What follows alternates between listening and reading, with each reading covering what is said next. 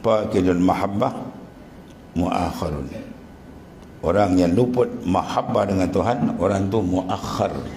Apa muakhar? Orang yang akan tercecer jauh di belakang. Orang dah sampai, dia tak sampai-sampai, dia curut belakang. Bila apa?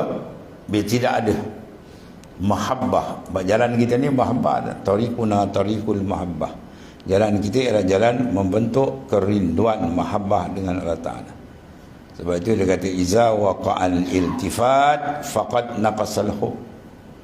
Iza waqa'al iltifat, apabila berlaku saja pemalingan hati daripada Ta'ala, dia berpusing je hati Tuhan, menghadap makhluk, tak menghadap Tuhan, ya, maka jawab dia apa? Faqad naqasal hub, maka kuranglah mahabbah dengan Tuhan. Kita paling je hati, habis hati kita dah kurang, ya. Ibarat kalau minyak dah kurang, kan. Ini sahabat saya tu, dia pakai kereta diesel, semua tak pakai. Sebab apa? Minyak dah naik. Dia tuang setengah tangki dah 200 lebih, mau dia tu.